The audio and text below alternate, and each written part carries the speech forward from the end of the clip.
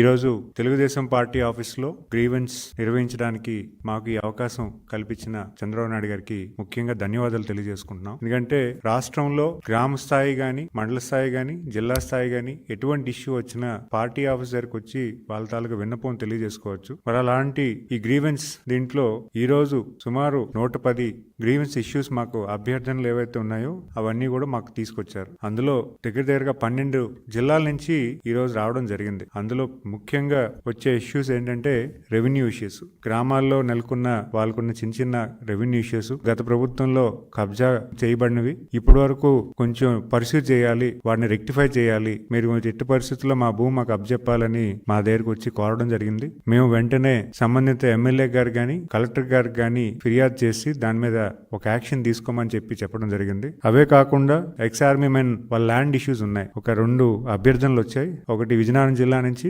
అలాగే ఒక కడప జిల్లా నుంచి. కడప జిల్లాలో అయితే లాస్ట్ గవర్నమెంట్ లో వాళ్ళ ల్యాండ్ ముంపు ప్రాంతంలోకి వెళ్లి వాళ్ళ ల్యాండ్ ఎక్విజిషన్ అయిపోయింది, కానీ వాళ్ళకి మళ్ళీ ల్యాండ్ అలొకేషన్ అనేది జరగలేదని మా దగ్గరకు వచ్చి ఇక్కడ విన్నపించుకున్నారు. కడప కలెక్టర్ గారికి ఫోన్ చేసి చెప్పడం కూడా జరిగింది. ఎట్టి పరిస్థితుల్లో ఇష్యూని చూడమని చెప్పి అది ఏ రకంగా సాల్వ్ చేయమని వాళ్ళకి చెప్పడం కూడా, డైరెక్షన్స్ కూడా ఇవ్వడం జరిగింది. అలాగే సంబంధిత మంత్రి అయినటువంటి సెర్ప్ అండ్ ఎంఎస్ఎంఈ మినిస్ట్రీగా నేను ఉన్నాను. సంబంధిత ఇష్యూస్ కూడా నాకు తీసుకొచ్చారు.